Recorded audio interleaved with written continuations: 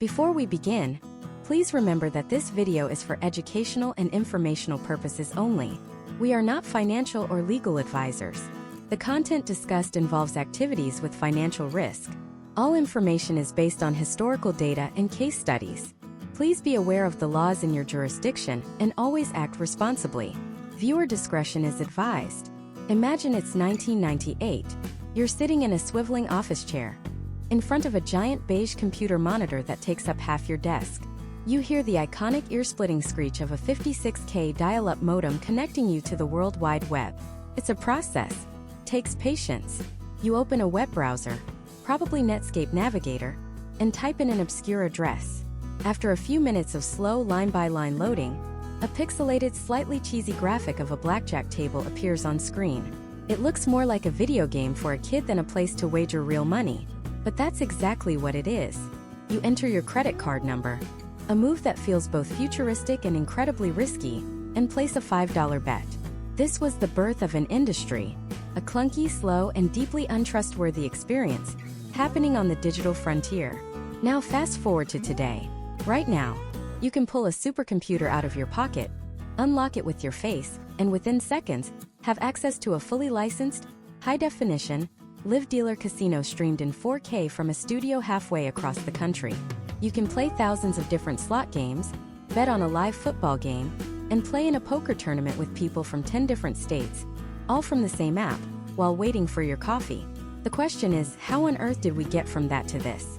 How did we go from sketchy, offshore websites running on dial-up to a legitimate, multi-billion-dollar American industry that's reshaping entertainment, sports, and state budgets?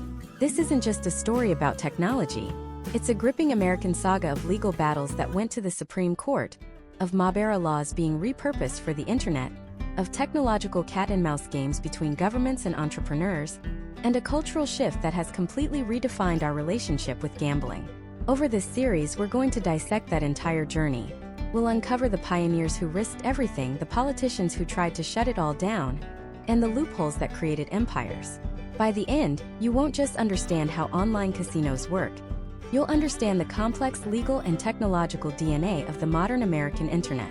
To understand the online revolution, you first have to understand America's deeply conflicted, love-hate relationship with gambling itself. For most of our history, legal gambling was an anomaly, a vice confined to the fringes.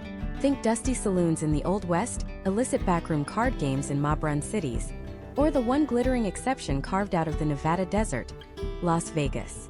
For decades, if you wanted to place a legal bet, you had to physically go there. Vegas was an island, a destination. The money, the action, the regulation, it was all geographically contained. Then, in the 1970s and 80s, two cracks appeared in this dam. First, states started legalizing lotteries as a way to raise revenue without raising taxes. This slowly reintroduced the idea of state-sanctioned gambling to the mainstream. The second, and far more significant crack, was the rise of tribal gaming.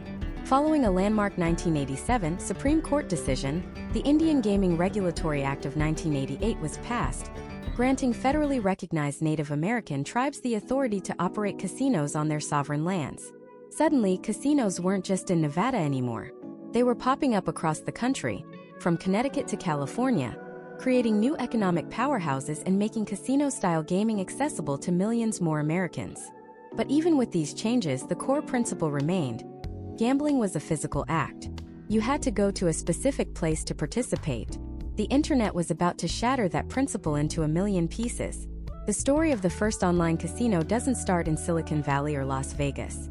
It starts on a tiny Caribbean island nation most people couldn't find on a map, Antigua and Barbuda. In 1994, this small country did something revolutionary. It passed the Free Trade and Processing Zone Act. The goal was to attract international business by offering attractive tax rates and licenses. Buried in this legislation was the ability to grant licenses for a brand new, almost theoretical business: online wagering. They saw an opportunity that no one else did. They realized that the internet didn't have borders. A company could set up its servers on their island and offer its services to anyone, anywhere in the world with a modem. But an idea is one thing, the technology is another. The software that would power this new industry came from another unlikely place: South Africa. A company called Microgaming developed what is widely considered the first fully functional, real money online casino software in 1994. It was primitive by today's standards, but it worked. It could process a wager, use a random number generator to produce a fair outcome, and manage a player's account balance.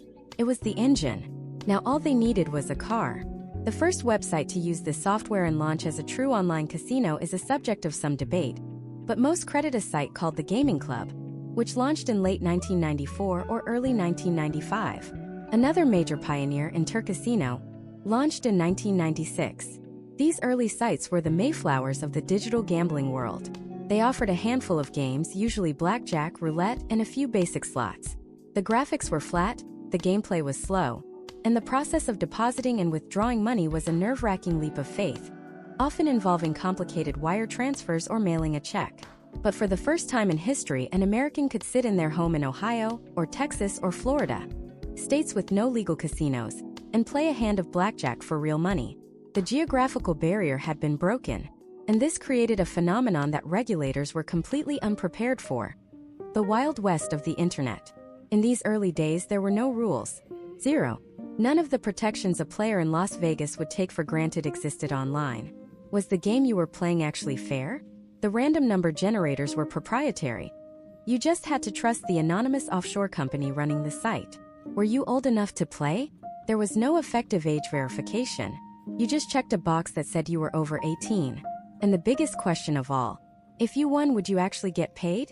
Horror stories began to circulate about players hitting big jackpots only to have their accounts frozen, or withdrawal requests that were ignored for months. There was no one to complain to, no gaming commission, no regulatory body you could appeal to. It was a digital gold rush, and just like the old gold rushes, it was filled with prospectors, pioneers, and a whole lot of bandits.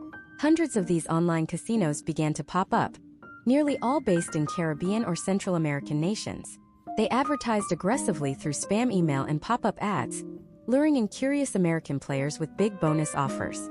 And money, real American money, began flowing out of the country and into the bank accounts of these offshore operators. This digital exodus of cash did not go unnoticed. Back in the United States, lawmakers and law enforcement agencies were watching with growing alarm. They saw an unregulated, untaxed, and potentially criminal enterprise operating in a legal gray area, directly challenging decades of U.S. anti-gambling laws. They were faced with a fundamental problem. How do you police a border that doesn't physically exist? How do you stop a transaction that's happening between a computer in Des Moines and a server in Antigua? This question would lead to a monumental legal clash. A storm was brewing in Washington, D.C. As politicians scrambled to find a way to pull the plug, they would resurrect an old law written by Robert F. Kennedy to fight the mob, in a desperate attempt to sever the connection between every American and these new digital casinos. The stage was set for a battle that would define the future of the Internet itself. That law was the Federal Wire Act of 1961, and to understand the chaos it was about to unleash on the digital world, you have to understand its original purpose. The Wire Act wasn't written for computers. It was written for gangsters. In the late 50s and early 60s, organized crime syndicates were running massive, illegal bookmaking operations across state lines. Their secret weapon? The telephone. A bookie in Chicago could take a bet from a guy in New York, relay the odds, and settle the score, all through the nation's telephone network. Robert F. Kennedy, as Attorney General, saw this network as the mob's central nervous system. His strategy was simple: cut the cord. The Wire Act made it a federal crime to knowingly use a wire communication facility for the transmission of bets or wagers on any sporting event. It was a sniper rifle, aimed with precision at the heart of the mob's sports betting empire. And for decades it worked. The law was clear, its target was specific, and the technology it governed, the telephone, was well understood.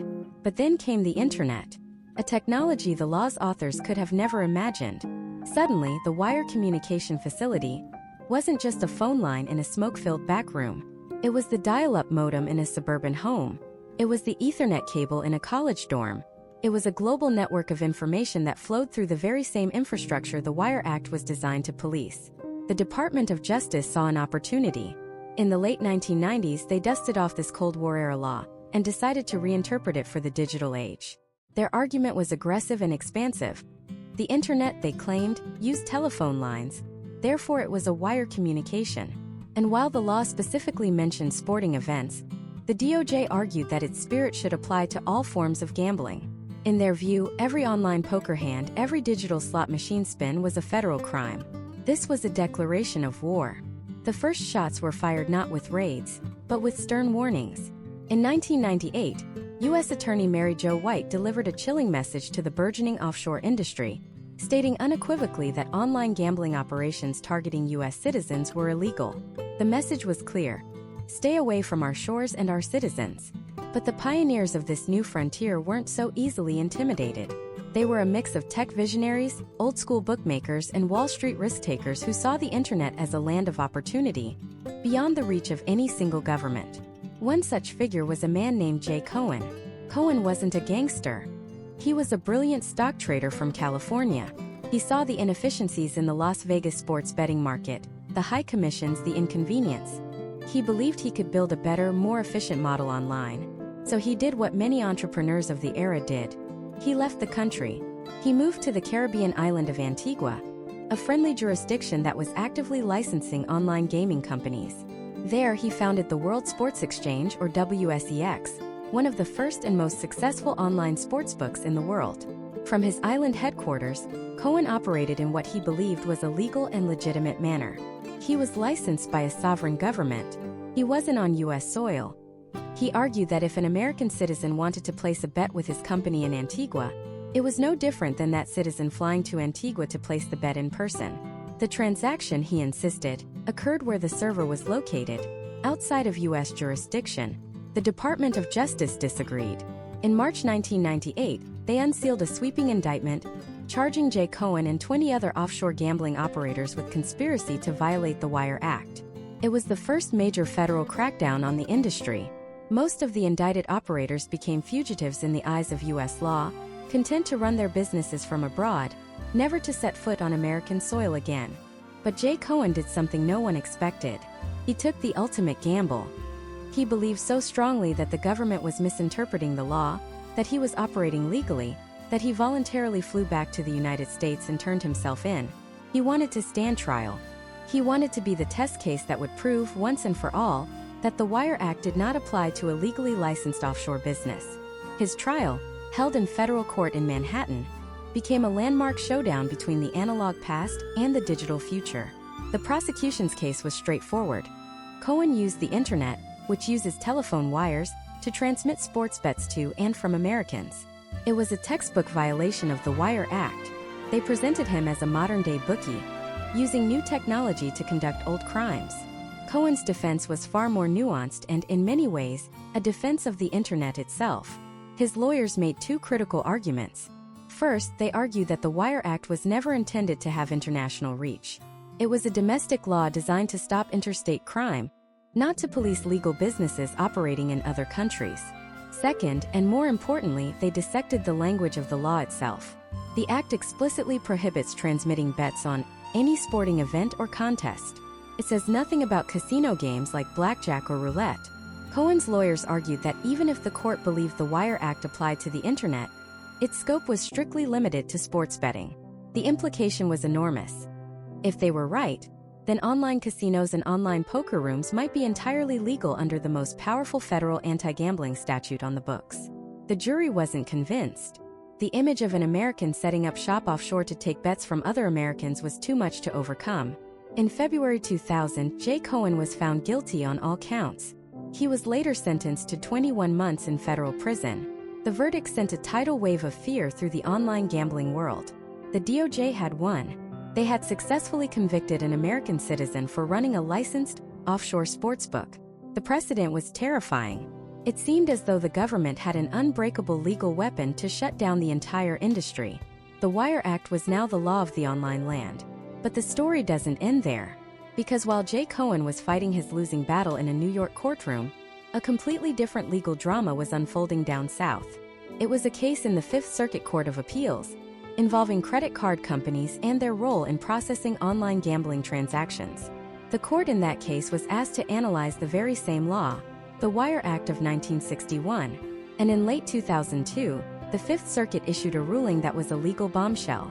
After carefully examining the text and legislative history of the statute, the court came to a stunningly different conclusion. They ruled that the Wire Act's prohibition on transmitting wagering information was, and always had been, limited only to sporting events. The court found the language of the law to be unambiguous. It didn't apply to games of chance. It didn't apply to casinos. Suddenly, the legal landscape was fractured. The United States was now in a bizarre and untenable position. In New York, Jay Cohen was a convicted felon for taking sports bets online. But according to a federal appeals court in New Orleans, the very law he was convicted under only applied to sports betting, meaning that, by extension, other forms of online gambling like casino games and poker might not be federally illegal at all. This created a massive, nation-splitting legal gray area. One part of the government was sending a man to prison, while another part of the judiciary was saying his actions were the only ones that were actually illegal under that law. The industry was caught in the crossfire of this judicial paradox. This uncertainty didn't kill the industry. Instead, it created the perfect chaotic environment for the next and biggest explosion in online gaming history. Because into this legal minefield, a new game was about to arrive. A game of skill, psychology, and nerve broadcast into millions of American living rooms that would turn a niche pastime into a national obsession and create a multi-billion-dollar industry seemingly overnight. The great online poker boom was about to begin. It all started with an $86 online satellite tournament. Think about that. Less than the cost of a decent pair of sneakers. That was the entry fee paid by a 27-year-old accountant from Tennessee, a man with the almost impossibly perfect name of Chris Moneymaker. He wasn't a professional poker player. He was an amateur, a guy who played for fun online just like millions of others. But that $86 won him a seat at the main event of the 2003 World Series of Poker in Las Vegas. A $10,000 seat at the biggest poker tournament on the planet. This wasn't just a fish-out-of-water story. It was a story that would fundamentally alter the American perception of gambling. When Moneymaker arrived in Vegas, he was surrounded by legends.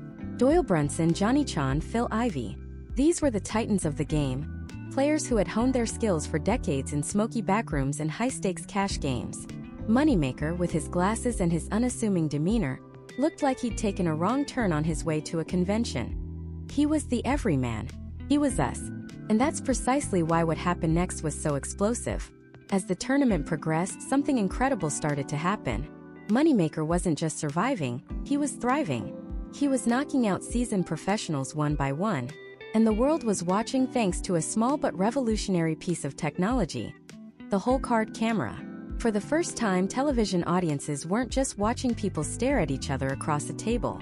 They could see the players' hidden cards. It transformed the game from a slow, inscrutable affair into a high-stakes drama of psychology and nerve. You could see the bluffs.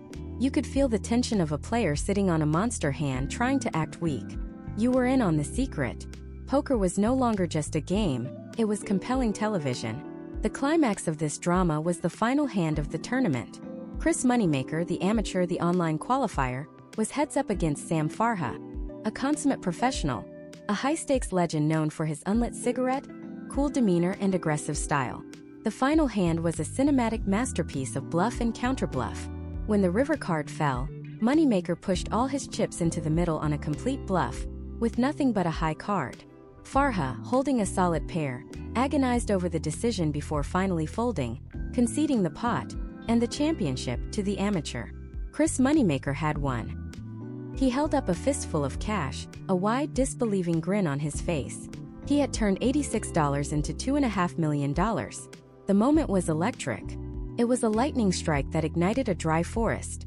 The broadcast of his victory on ESPN didn't just get good ratings, it created a phenomenon. The message it sent to every single person watching from their couch was deafeningly clear. You could do this too. This wasn't some mythic Las Vegas whale winning a fortune. This was an accountant from Tennessee. If he could do it, why couldn't you? The Moneymaker effect was born. Almost overnight, the floodgates opened. Millions of Americans, who had previously viewed poker as a complex game for sharks and hustlers, now saw it as an accessible, skill-based competition.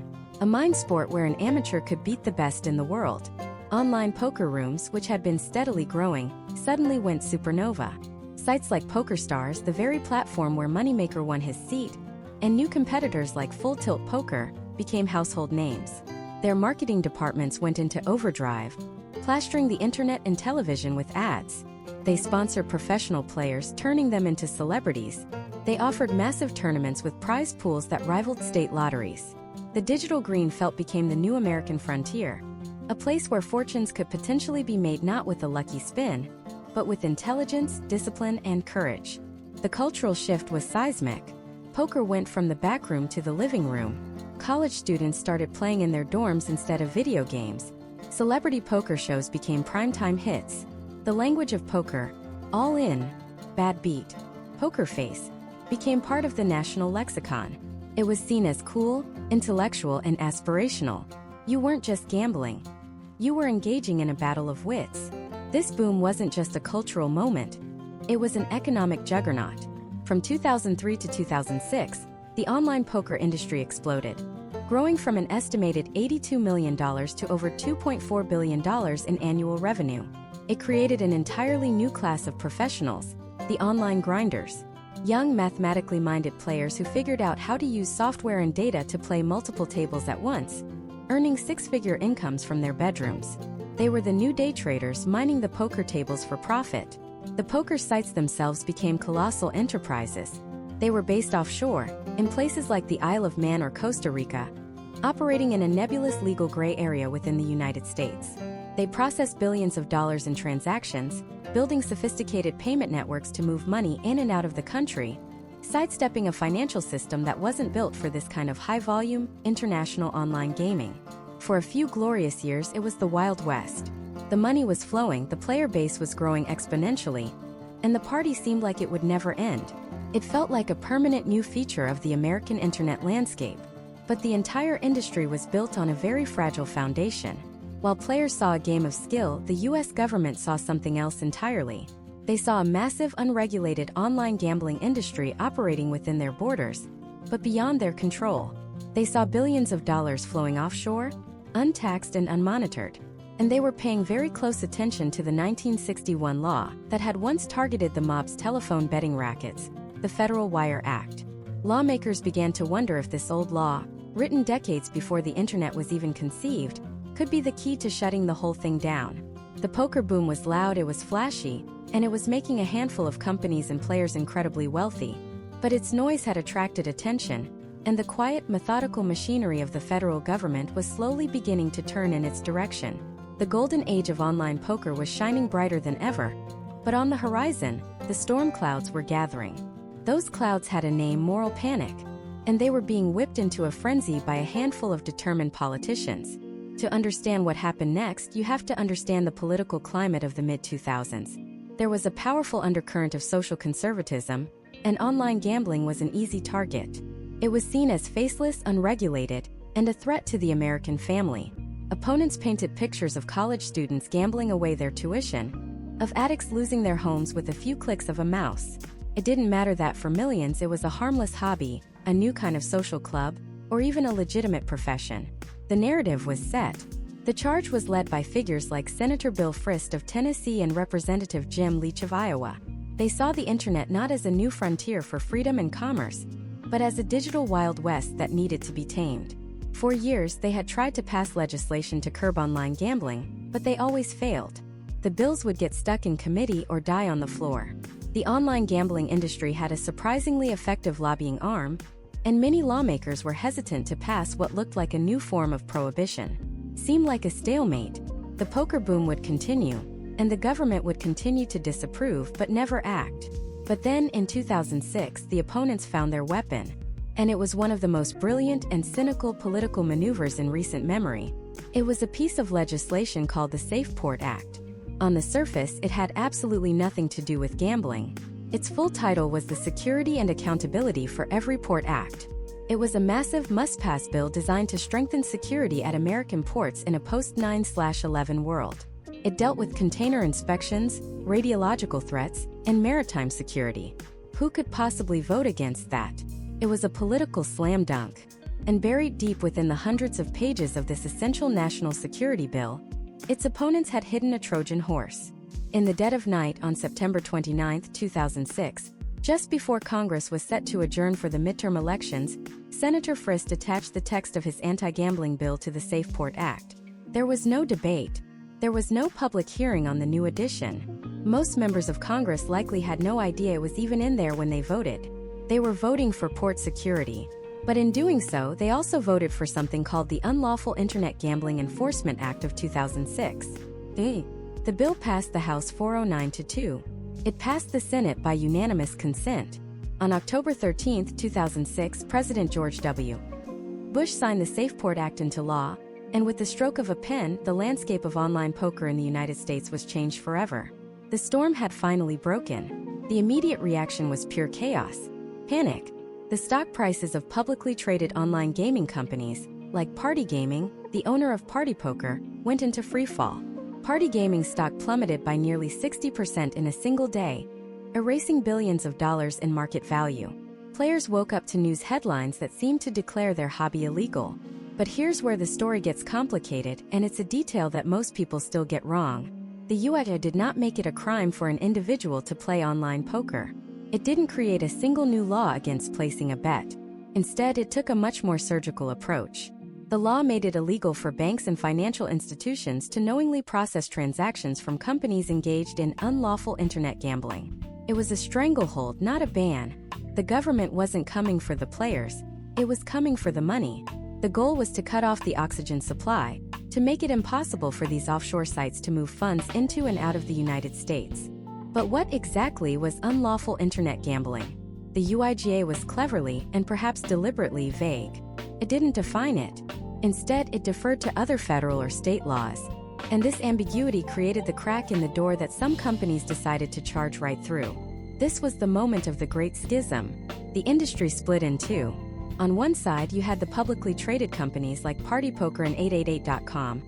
They were listed on stock exchanges, mostly in London. They had boards of directors and shareholders to answer to.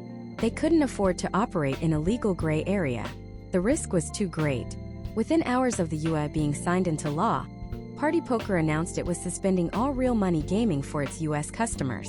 Just like that, the biggest online poker site in the world voluntarily abandoned the biggest market in the world.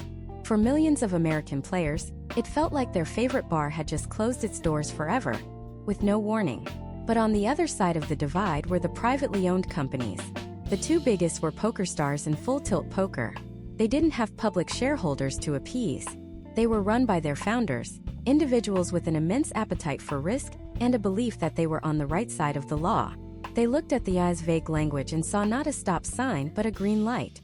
Their argument hinged on a single powerful idea. Poker is a game of skill, not a game of chance. They argued that laws against gambling were meant to apply to games like roulette or slot machines, where the house has an unbreakable edge and the outcome is random. Poker, they contended, was different. It was a contest of strategy, psychology, and mathematical calculation. The better player would win in the long run. Therefore, they argued, online poker wasn't unlawful internet gambling under most state laws, and the US simply didn't apply to them. It was a bold, audacious legal interpretation, and it worked. For a while. With Party Poker gone, a massive vacuum had been created, and PokerStars and Full Tilt rushed in to fill it with breathtaking speed. They didn't just stay, they doubled down. Their marketing budgets exploded. Suddenly, their logos were everywhere. They sponsored every major poker tournament. They signed massive endorsement deals with every famous poker pro, turning players like Daniel Negreanu, Phil Ivey, and Chris Moneymaker into walking billboards for their sites. Their commercials ran constantly on networks like ESPN, right alongside ads for beer and pickup trucks.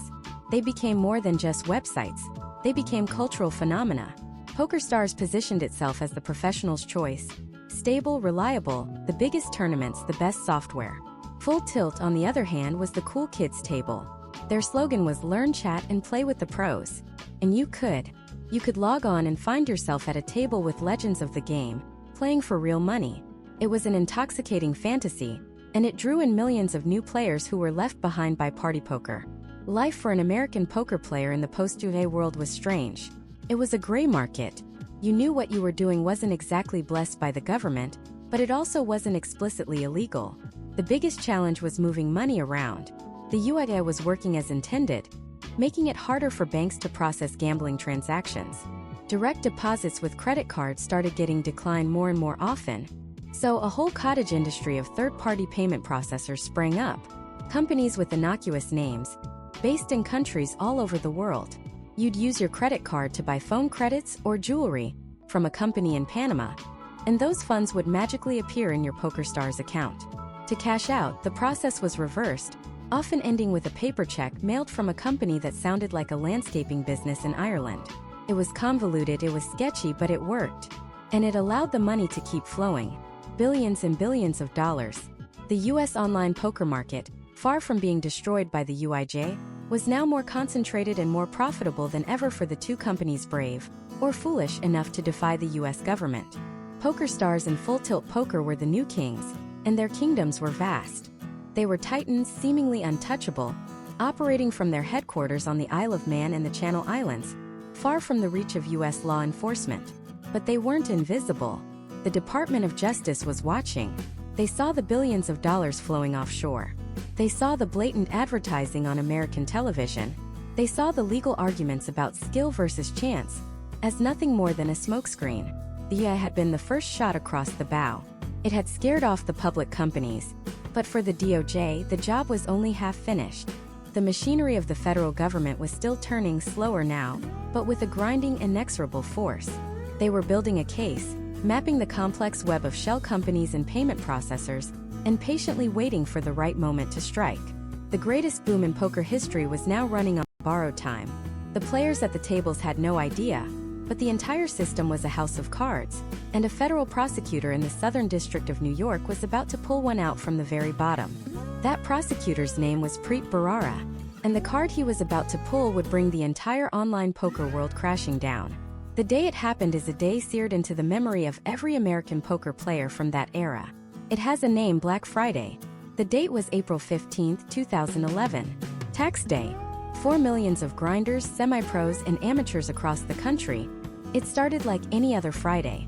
They woke up, grabbed a coffee, and sat down at their computers to start their sessions. They clicked the familiar icons on their desktops, the red spade of PokerStars, the stylized triangular logo of Full Tilt Poker. But instead of the usual login screen, they were met with something else. Something cold, official, and terrifying. A stark white and blue seal of the Federal Bureau of Investigation. And below it, a message. This domain name has been seized by the FBI pursuant to a warrant obtained in connection with a criminal investigation. It went on to cite charges of illegal gambling, bank fraud, and money laundering. For the players, it was a moment of pure disbelief. It was as if they'd gone to their local bank to withdraw cash, only to find the doors chained shut with a federal notice slapped on the front. Their money, in some cases their entire life savings, was trapped inside a digital vault, and the government now held the only key. Panic ripped through online forums and chat groups. Was this real? A hack? A prank? But as players from California to New York all reported seeing the same chilling message, the reality began to sink in.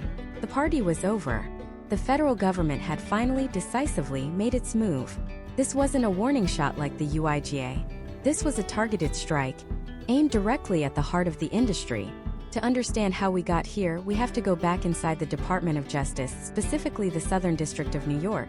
The UIGA in 2006 had made it illegal for banks to process gambling transactions, but it hadn't made playing poker illegal. This created a gray market that the big offshore sites were more than happy to exploit. They just had to solve one massive problem: how to get money from American players onto their sites and how to get it back out again. This is where the real crime began. It wasn't about the poker. It was about the money. The sites enlisted the help of what are called payment processors. These were shadowy third-party companies, often based overseas, who were experts in financial deception.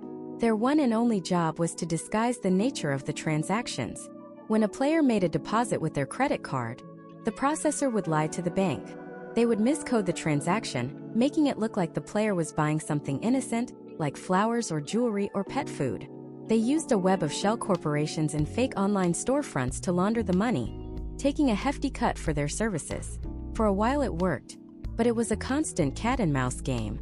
The banks and the feds would identify and shut down one fake processing channel, and the poker sites would simply find or create another. It was a multi-billion-dollar game of whack-a-mole. The Department of Justice, however, was slowly and methodically building a case. They weren't just going after the processors anymore. They were targeting the architects of the entire system, the founders and executives of the poker sites themselves. The indictment that was unsealed on April 15 named 11 key individuals. Among them were Isai Scheinberg, the enigmatic founder of PokerStars, Raymond Beitar, the CEO of Full Tilt Poker, and Scott Tom, a founder of Absolute Poker. The charges were staggering. The government alleged that these men had orchestrated a massive criminal enterprise, tricking U.S. banks into processing billions of dollars in illegal gambling proceeds. They had even, in some documented cases, attempted to purchase a small, struggling local bank in Utah for the sole purpose of having a captive institution to process their own illicit transactions. They were, in the eyes of the law, behaving like a global organized crime syndicate. The indictment was a masterpiece of investigative work. Federal agents had flipped key payment processors, turning them into cooperating witnesses. They had wiretaps, emails, and financial records that laid out the entire conspiracy in painstaking detail. When Preet Bharara held his press conference, he didn't mince words. He accused the companies of engaging in massive fraud and described their operations as an elaborate criminal fraud scheme. The immediate effect was total paralysis.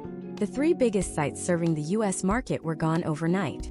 The online poker ecosystem, which had felt so permanent and indestructible just 24 hours earlier, had vanished. Professional players saw their careers evaporate. A generation of young, brilliant minds who had chosen a non-traditional path, mastering a complex game of skill and strategy, were now unemployed, with their bankrolls held in indefinite limbo.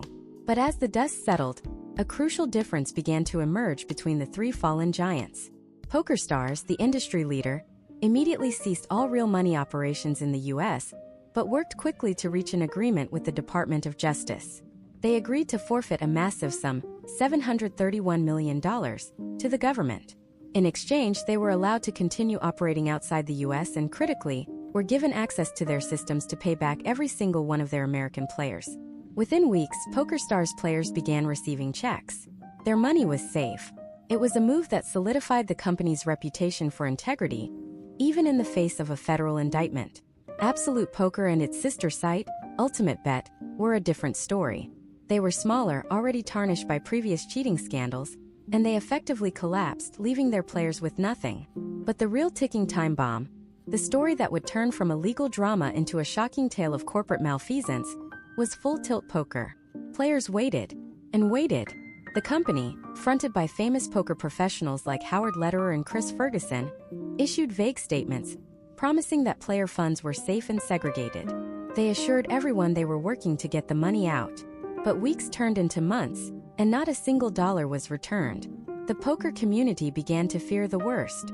The money they had deposited wasn't just frozen by the government, it was gone. The U.S. Attorney's Office had the same suspicion. They amended their civil complaint, dropping a bombshell allegation that would rock the foundations of the poker world. They claimed that Full Tilt Poker was not a legitimate company holding player funds in trust. Instead, the government alleged it was operating as a massive global Ponzi scheme. The money that players deposited was not kept in separate accounts. It was being paid out directly to the company's owners and celebrity endorsers in staggering amounts, over $440 million. The company was insolvent. The money simply wasn't there. For the players, the nightmare of Black Friday had just entered a terrifying new chapter. And this chapter was written in the cold, hard language of federal indictments and empty bank accounts. For the millions of American players, the online poker sites they trusted had become digital black holes. Their balances, once a source of excitement or even a livelihood, were now just mocking numbers on a frozen screen. The support emails bounced back. The phone lines were dead. A digital bank run was in full swing, but there was nowhere to run. The doors were locked from the outside by the United States government. The Department of Justice wasn't just seizing domain names. They were unsealing indictments against 11 key individuals. These weren't just faceless executives, they were the architects of the entire industry. Men like Isai Scheinberg, the founder of PokerStars, and Ray Bitar, the CEO of Full Tilt Poker. And their stories would diverge in the most dramatic way possible, creating a clear line between a company that built an empire on a shaky foundation and one that built a house of cards on thin air. Suddenly, these titans of the online world were international fugitives. Ray Bitar, the man at the top of Full Tilt Poker, became the face of the scandal. He was a man who, according to insiders, didn't even know how to play poker. He was a numbers guy, a day trader who saw an opportunity and seized it with both hands. But as the indictments came down, Bitar was a ghost. He was rumored to be in Ireland, protected by the fact that the charges against him weren't considered extraditable offenses there. He remained in the shadows, a villain in absentia, while the players he was responsible for were left with nothing. Then there was Isai Scheinberg of PokerStars, a brilliant, press-shy Israeli-Canadian programmer who had built PokerStars into the largest, most respected site in the world. Unlike Full Tilt, PokerStars had always segregated player funds from their operational accounts. When Black Friday hit, the money belonging to their American players was actually there. It was safe. Within days of the shutdown, PokerStars began working with the DOJ to arrange a process to pay back every single one of their American players. It was a logistical nightmare, but they did it. Every last cent. This single act would become a defining moment, cementing PokerStars' reputation for integrity even as they stood accused by the very same government they were now cooperating with. Scheinberg, like Baitar, remained outside the U.S., a fugitive in the eyes of the law, but a hero in the eyes of his customers. The contrast was stark. One company made its players whole. The other had simply stolen their money. The question everyone was asking was how? How could Full Tilt, a company endorsed by the world's most famous poker pros, a company that seemed to be a license to print money, be completely insolvent? The answer, when it was finally revealed, was more shocking than anyone imagined. The DOJ's investigation, along with subsequent bankruptcy filings, painted a picture of staggering corporate malfeasance. Full Tilt Poker was not run like a bank, holding player deposits in trust. It was run like a personal piggy bank for its owners. The money you deposited to play a $10 tournament was being used to fund a lifestyle of private jets, mansions in Beverly Hills, and exotic cars. The company's financial records were a labyrinth of shell corporations and questionable transfers. Over $440 million had been distributed to a handful of board members, including celebrity poker players like Howard Lederer and Chris Ferguson. They had systematically drained the company, paying themselves dividends from player deposits, all while knowing the company was deeply in the red. They were operating a global Ponzi scheme. The deposits of new players were being used to pay the cash-out requests of older players, a cycle that could only continue as long as new money kept pouring in. Black Friday didn't cause the collapse of Full Tilt Poker. It simply exposed it. The music had stopped, and there were no chairs left. For over a year, the fate of the Full Tilt players hung in the balance. Their money was gone, and the men responsible were either in hiding or pleading ignorance. The poker community was in despair. It seemed like the money was lost forever, a multi-hundred-million-dollar lesson in trusting unregulated, offshore companies. And then, something unprecedented happened. In July of 2012, in a move that sent shockwaves through the industry, the Department of Justice announced a settlement. But it wasn't with Full Tilt. It was with their biggest rival, PokerStars. In a complex civil forfeiture agreement, PokerStars agreed to pay the U.S. government a staggering $731 million to settle their own case. But here's the part that no one saw coming. As part of that deal, PokerStars would acquire all the assets of their defunct competitor, Full Tilt Poker.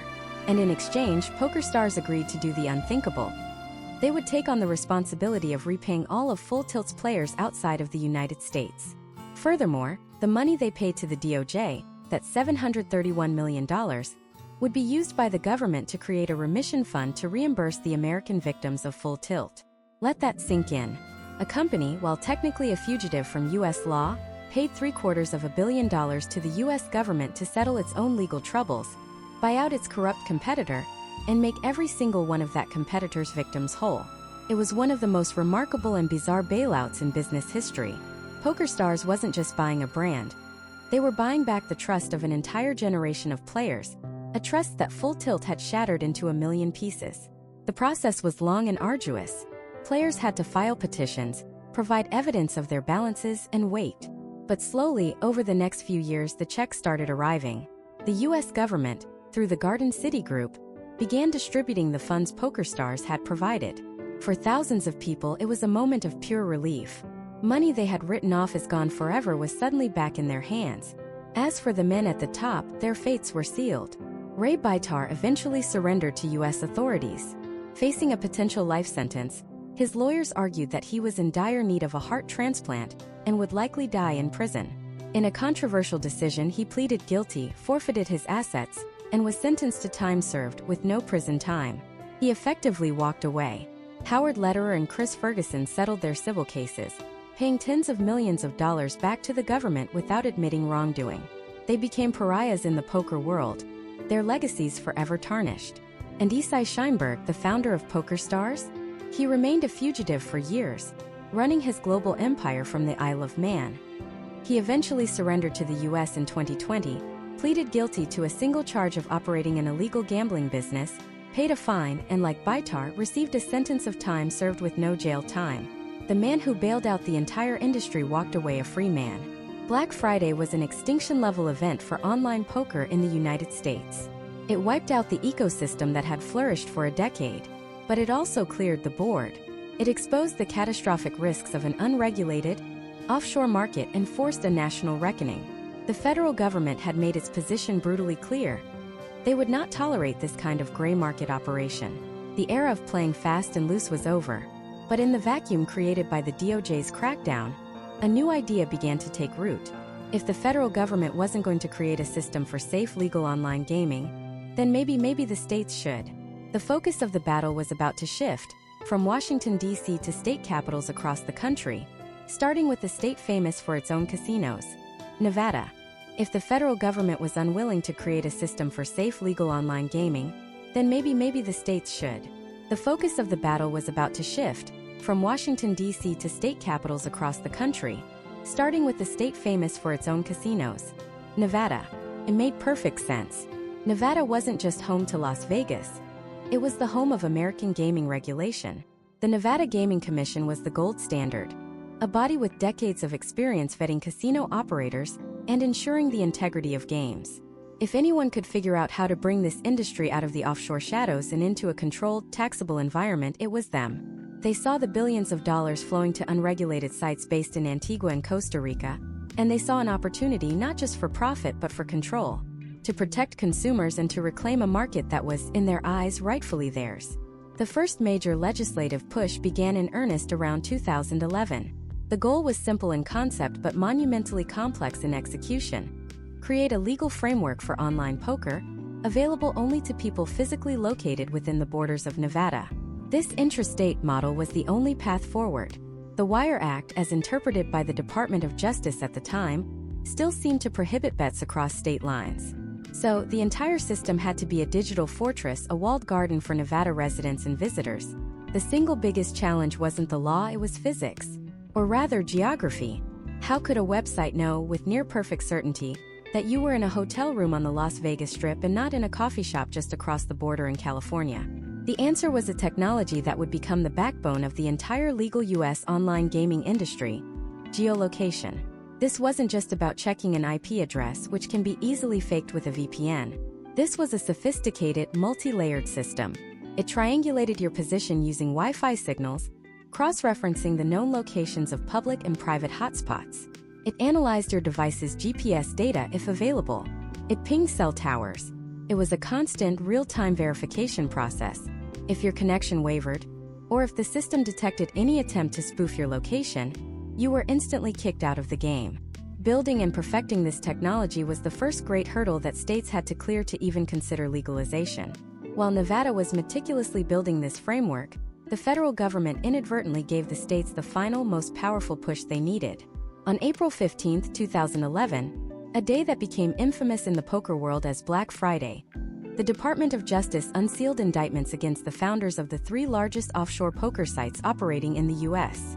Their domain names were seized, player funds were frozen, and overnight, the massive gray market industry that had served millions of Americans was decapitated. Black Friday created a vacuum. The demand didn't just disappear. Millions of players were now left with nowhere to go. This single event became the ultimate argument for state legislators. The debate was no longer abstract. They could point to the chaos and say, "See? This is what happens with an unregulated market. We can continue to let our citizens risk their money on shadowy international sites, or we can create a safe, regulated alternative right here at home, creating jobs and tax revenue in the process." The race was on. And while Nevada had the head start in experience, they suddenly had competition from some unexpected places. First, there was Delaware. The first state saw a chance to be first in something new. Being small and politically nimble, their legislature moved quickly. In June of 2012, Delaware became the very first state to pass a law legalizing a full suite of online casino games, including slots and table games, not just poker.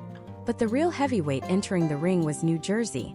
The Garden State had a powerful motivation: a fading Atlantic City. The seaside resort town, once the undisputed gambling capital of the East Coast, was being battered by new casinos opening in neighboring states like Pennsylvania and Maryland. Revenues were plummeting, casinos were closing, online gaming was pitched as a lifeline, a way for Atlantic City casinos to reach new customers across the state, to supplement their brick-and-mortar income, and to inject much-needed tax revenue into state coffers. The political fight in New Jersey was intense. Governor Chris Christie, initially skeptical, was eventually won over by the revenue projections. But there was powerful opposition. Some land-based casinos feared that letting people play on their phones would cannibalize their in-person business. Why would anyone drive to Atlantic City if they could play blackjack in their living room? And a new formidable national opponent emerged in Las Vegas Sands CEO Sheldon Adelson, who launched a multi-million-dollar crusade against online gaming, arguing it was a moral danger and a threat to society. Despite the fierce debate, the economic argument won out. In February 2013, New Jersey officially legalized online gaming. Now 3 states had laws on the books. The question was, who would be the first to actually launch? Who would deal the first legal regulated hand of online cards in American history? On April 30, 2013, Nevada claimed the prize. A company called Ultimate Poker with ties to the successful UFC brand went live. For the first time, players physically within Nevada could log on, deposit real money, and play legal online poker against their fellow Nevadans. It was a historic, almost surreal moment, but it was also a quiet launch. Poker was a niche market, and Nevada's population was relatively small. The real test would come from the larger states with the full casino offerings. Delaware went next, launching its combination of casino games and poker in early November 2013. But just a few weeks later, on November 21, 2013, New Jersey flipped the switch. This was the launch the entire world was watching. With a population of 9 million people and brands like Caesars, Borgata, and Golden Nugget involved, this was the first true large-scale stress test of the legal American iGaming market. The initial results were mixed. The technology, while impressive, had teething problems. Geolocation software was sometimes too aggressive, blocking legitimate players who lived near the state's borders. Payment processing was a nightmare. Even though it was now perfectly legal, major banks and credit card companies, still spooked by a decade of federal crackdowns, routinely declined deposits to online casinos. Players were frustrated. Revenues, while steady, fell short of the wildly optimistic projections that had been used to sell the legislation. But a crucial lesson was being learned, especially in Nevada and Delaware. The walled garden approach had a fundamental flaw when it came to poker: liquidity. A successful poker ecosystem requires thousands of players online at any given time to ensure games are running at all stakes, 24/7. A state with only 1 or 2 million people simply couldn't provide that. The player pools were too small, the games were too infrequent, and the experience was inferior to what players remembered from the old offshore days. The solution was as brilliant as it was legally audacious. If one state's player pool is too small, why not combine it with another? This led to the creation of the Multi-State Internet Gaming Agreement, an interstate compact that would allow states to share their players. In February 2014, the governors of Nevada and Delaware signed this landmark agreement. For the first time, 2 separate state-regulated online gaming systems were being linked. A player in Reno could now legally play poker against a player in Dover. This compact was a critical evolutionary step. It proved that the state-based model could adapt and innovate, creating a pathway for smaller states to participate and for the entire ecosystem to grow stronger. The first wave of legalization was complete. The pioneers, Nevada, Delaware, and New Jersey, had established a beachhead. They had proven that regulated online gaming could be done safely, securely, and transparently. But their early struggles also emboldened their opponents. The lower-than-expected revenue numbers were used as evidence of failure. The technical glitches were amplified. And a new, powerful political movement, funded by land-based casino interests, was coalescing in Washington, D.C., aiming not just to stop the expansion of online gaming, but to roll it back entirely, to force a federal ban that would shutter the fledgling industries in all 3 states for good. The initial state-level battles had been won, but a new, far more dangerous war was just beginning. The figure who stepped out of the shadows to lead this new war was not some obscure moral crusader or a little-known politician. It was one of the most powerful men in the entire global casino industry. Sheldon Adelson, the billionaire founder and CEO of the Las Vegas Sands Corporation. Adelson wasn't just a casino magnate. He was a kingmaker, a political megadonor whose influence echoed through the halls of Congress. And he had set his sights on online gaming, viewing it not just as a business competitor, but as a societal cancer. He declared what he called a moral crusade against the industry, framing it as a threat to the very fabric of American society. The arguments he deployed were potent and designed to provoke fear. He painted a picture of a world where anyone anywhere could gamble away their life savings with a few taps on their phone. He spoke of the dangers to children who might stumble upon these sites, and the risks to problem gamblers who would have a casino in their pocket 24/7. His most famous soundbite, repeated in op-eds and interviews, was chillingly simple: click your mouse, lose your house. But this wasn't just a war of words. Adelson was prepared to spend whatever it took to achieve his goal. He formed a powerful lobbying group, the Coalition to Stop Internet Gambling, and began pouring tens of millions of dollars into a campaign to enact a federal ban. His strategy was audacious: to use the power of the federal government to reverse the 2011 Department of Justice opinion and outlaw online gambling nationwide, effectively killing the nascent industries in New Jersey, Nevada, and Delaware in their cribs. The legislative weapon he chose was a bill called the Restoration of America's Wire Act, or RAW. The name itself was a piece of political genius. It sounded like it was simply restoring a long-standing law, not creating a new sweeping prohibition. RAW's goal was to restore the Wire Act to its pre-2011 interpretation, the one that the DOJ had just said was incorrect, and to explicitly apply its prohibitions to all forms of internet gambling, not just sports betting. If passed, it would have made any online casino or poker site operating in the United States illegal overnight. The battle lines were drawn. On one side, you had Adelson and his coalition, armed with immense wealth and political connections. They found allies among social conservatives and some Democrats who were genuinely concerned about the potential social costs of widespread online gambling. On the other side, a new and unlikely alliance formed to defend the burgeoning industry. This alliance included the states that had already legalized iGaming, who saw RAW as a direct assault on their sovereignty and their 10th Amendment rights. Governors and state attorneys general argued forcefully that states should have the right to decide for themselves whether to authorize and regulate gaming within their own borders. They were joined by the American Gaming Association, the primary trade group for the casino industry. In a fascinating civil war within the industry, the AGA, which represented companies like MGM and Caesars who were investing heavily in the online space, found itself in direct opposition to one of its most powerful members, Adelson's Las Vegas Sands. And then there were the libertarians and states' rights conservatives.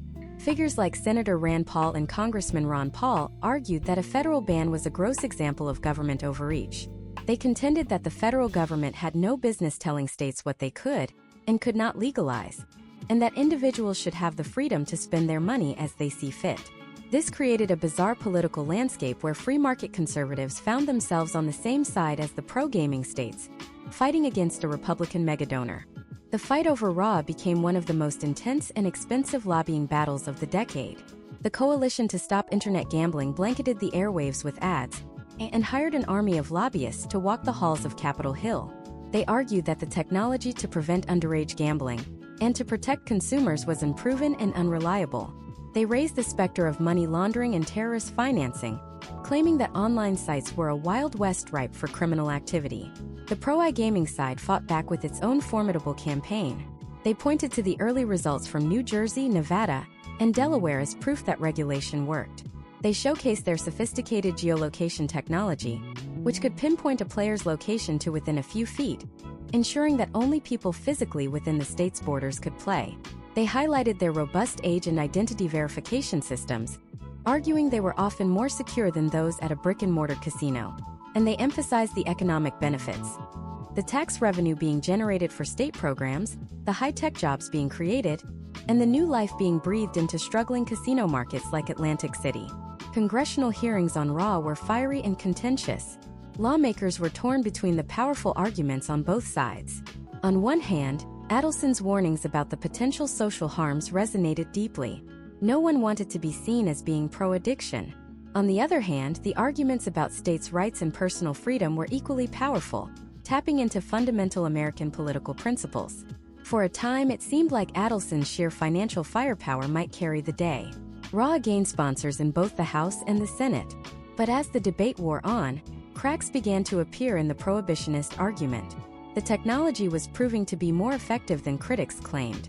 The tax revenues were real and states were becoming dependent on them. And the coalition opposing the bill was broad and ideologically diverse, making it difficult to paint them as a single special interest. One of the key turning points was the realization among many lawmakers that a federal ban wouldn't actually stop online gambling. It would just drive it back underground. It would empower the unregulated, offshore sites that offered no consumer protections, paid no U.S. taxes, and had no safeguards against underage or problem gambling. The choice they began to see wasn't between online gambling and no online gambling. It was between a regulated, taxed, and legal market, or an unregulated, untaxed, and illegal one. Ultimately, the restoration of America's Wire Act failed. It was introduced in multiple sessions of Congress but never managed to gain enough traction to pass. The powerful combination of states' rights arguments, industry opposition, and libertarian principles proved to be too much for even Sheldon Adelson's millions to overcome. The bill died not in a dramatic floor vote, but through a slow legislative process, failing to advance out of committee and fading into obscurity. The defeat of RA was a monumental victory for the U.S. online gaming industry. It was the moment the tide truly turned. The federal threat, the single greatest existential risk to the legal market, had been vanquished. The 2011 DOJ opinion would stand. The principle that states could legalize and regulate online gaming within their borders was now firmly established, not just by a legal memo, but by the failure of a concerted, well-funded effort to overturn it. The war for a federal ban was over. The pro-iGaming side had won, but this victory didn't trigger a nationwide explosion of online casinos. Instead, it solidified a new reality. The future of online gambling in America would not be decided in Washington, D.C. It would be fought state by state, in a grueling 50-front war of legislation, regulation, and public opinion. The question was no longer if more states would join the party, but when and what that expansion would look like. The path was now clear, but the journey was just getting started. And so the floodgates, once held shut by federal law and public apprehension, had been nudged open. But this wasn't going to be a single unified wave crashing across the nation. Instead, it was a series of intricate state-specific floods, each shaped by its own unique political and economic landscape. The blueprint laid out by New Jersey was just that, a blueprint. Every state that followed would take that design, tear it apart, and rebuild it to suit its own needs, fears, and ambitions. The next great chapter in the evolution of American online casinos wasn't a national story. It was 50 individual stories, unfolding in parallel. For several years after 2013, the market was surprisingly quiet. It was as if the country was holding its breath, watching to see if New Jersey, Delaware, and Nevada would succeed or implode. Would the technology work? Could states actually collect the tax revenue they were promised? Would the doomsday scenarios of widespread addiction and crime come to pass? The industry was in a proving ground phase. But then the next giant woke up.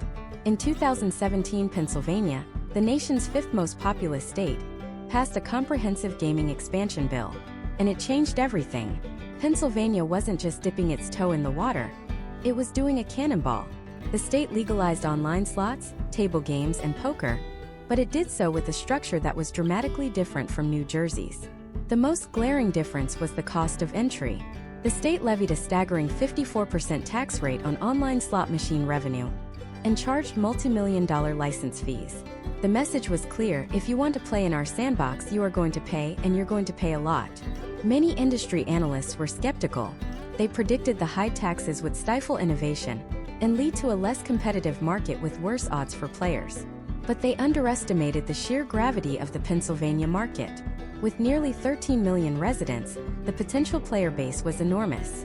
The state's existing land-based casinos, seeing the writing on the wall, lined up to pay the fees. The result was a market that, while expensive for operators, quickly became one of the largest and most lucrative in the country. Pennsylvania's approach demonstrated a new model: the high-tax, high-revenue state.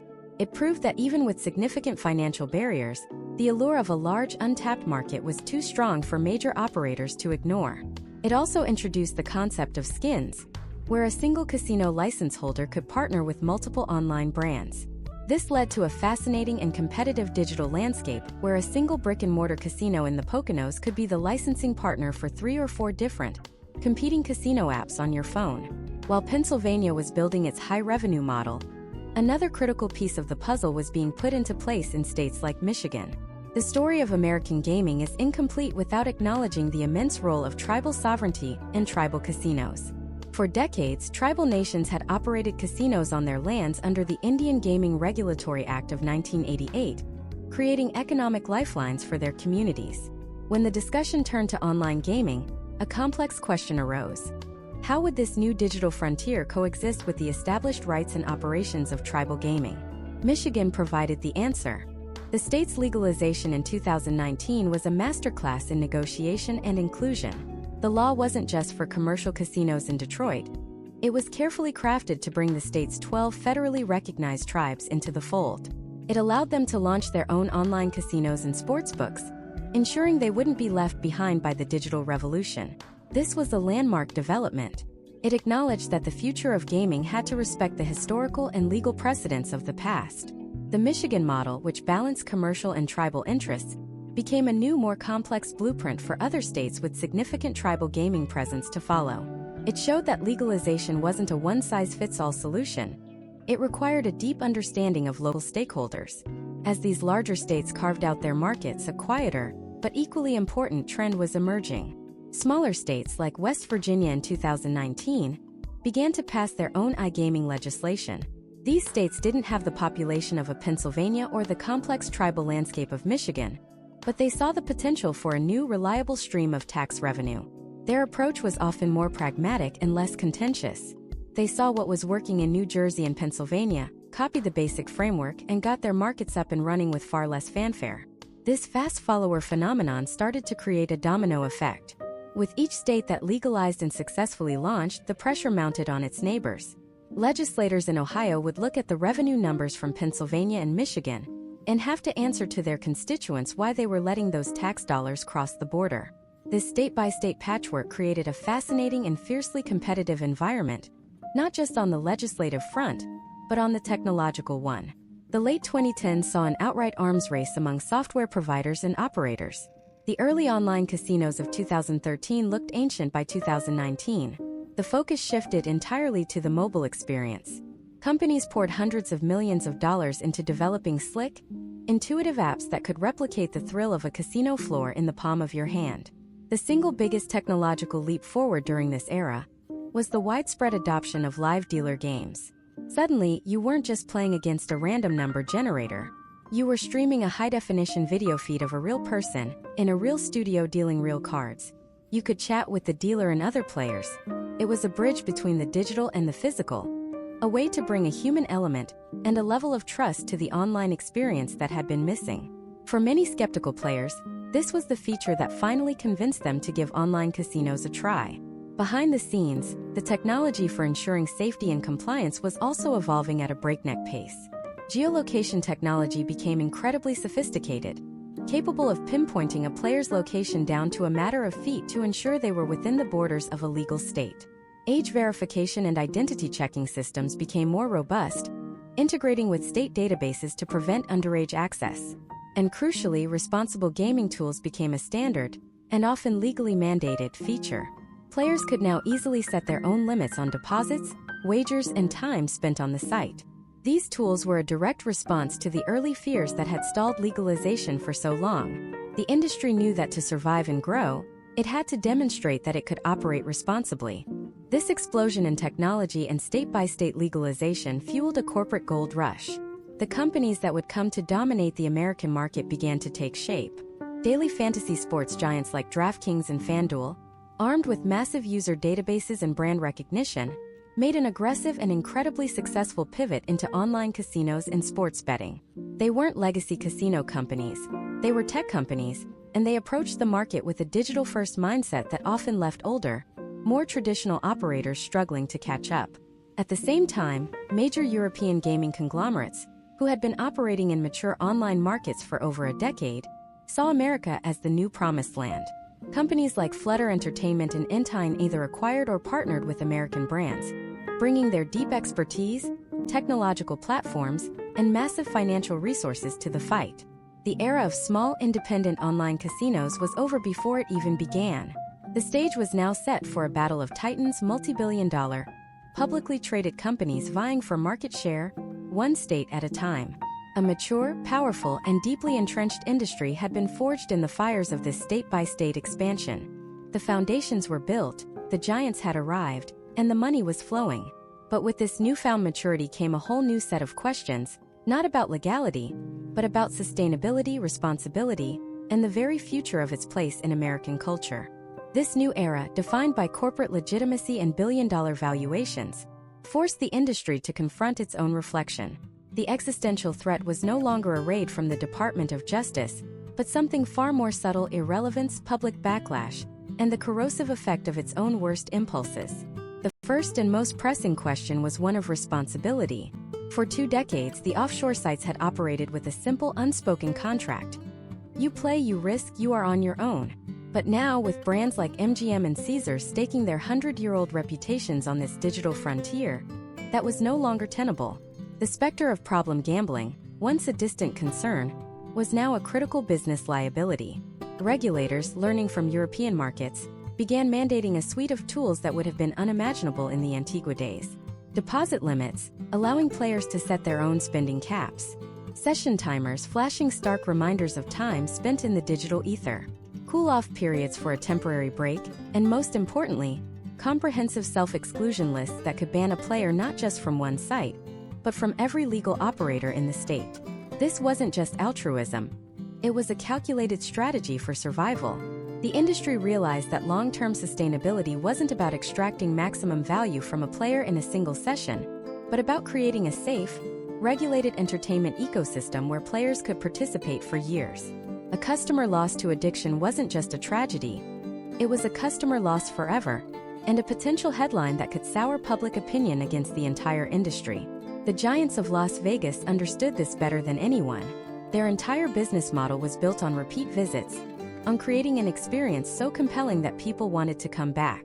The digital casino had to learn the same lesson fast. But while one hand was building safety nets, the other was sharpening the tools of engagement, sparking a technological arms race to capture and hold player attention. The simple, clunky digital slot machines of the 2000s looked like ancient relics. The new battleground was immersion. The first major breakthrough was the rise of live dealer games. Operators began building multi-million-dollar television studios, designed to look like high-end casino floors, complete with real, professionally trained dealers, real cards, and real roulette wheels. High-definition cameras streamed the action directly to a player's phone or laptop in real time. Suddenly, you could get the social interaction and perceived trustworthiness of a physical casino.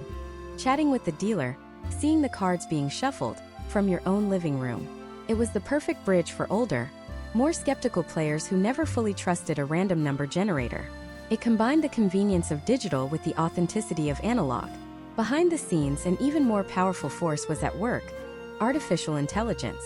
AI algorithms began analyzing every single click, every bet, every second of gameplay. It learned your preferences with terrifying accuracy. Did you like slots with historical themes?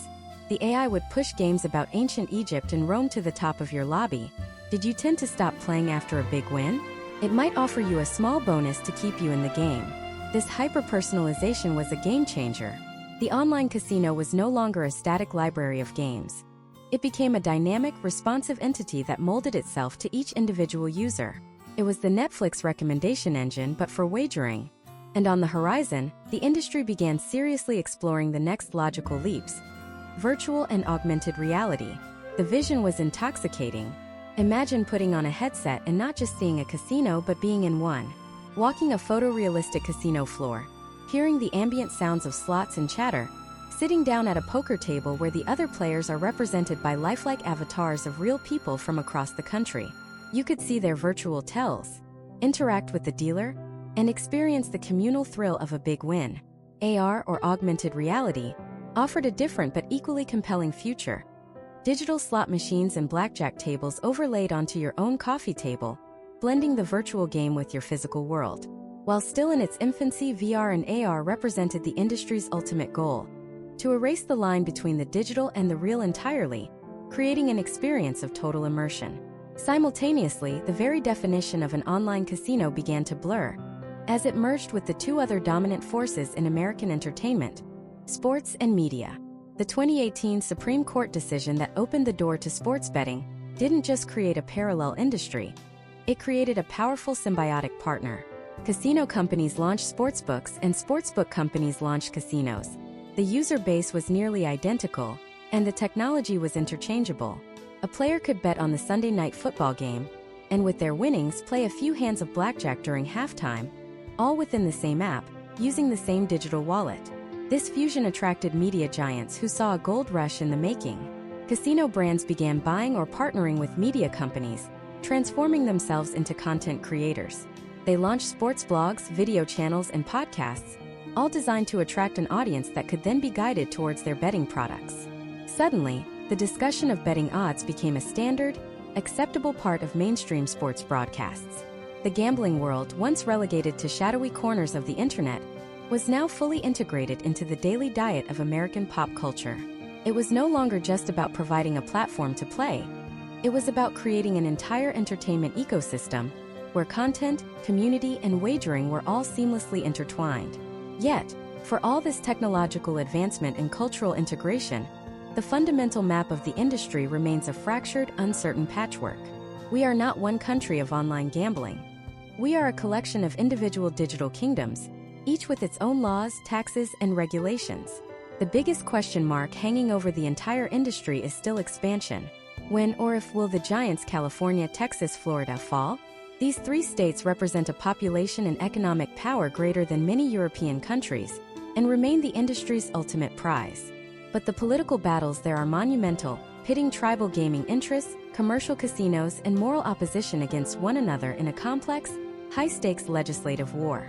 And as the industry becomes more visible, more mainstream, the questions of its social impact become more urgent. The more accessible and frictionless wagering becomes, the greater the risk for the vulnerable. The debate is no longer if we should have responsible gaming tools, but are they enough? As AI becomes more adept at personalizing the experience, could it also be used to identify and intervene with at-risk players before they develop a problem? It's a technological and ethical tightrope walk, using the same tools that maximize engagement to also promote player welfare. This leads to the final looming question: will the federal government ever step back in? For now, the state-by-state approach reigns supreme. But it's not hard to imagine a future scenario, perhaps a major scandal, or growing public concern over addiction, that prompts Washington, D.C. to reconsider a federal framework. A new federal law could, in theory, streamline the industry, creating a single massive American market. Or it could impose strict nationwide restrictions, turning back the clock on the entire legal experiment. The ghost of a reminder of how quickly the federal government can change the rules of the game, still haunts the industry's long-term planning. From the rogue dial-up sites in the Caribbean to the AI-powered, publicly traded behemoths of today, the evolution of online casinos in the United States has been a story of rebellion, technology, and the relentless pursuit of a multi-billion-dollar prize. It is a mirror reflecting America's own complicated relationship with risk, regulation, and the ever-shifting boundary between the virtual and the real. The digital felt is now woven into the fabric of American entertainment, a permanent fixture in a world that lives on a screen. The house may have gone corporate, the players may be betting from their couch, but one thing remains certain: the game is far from over.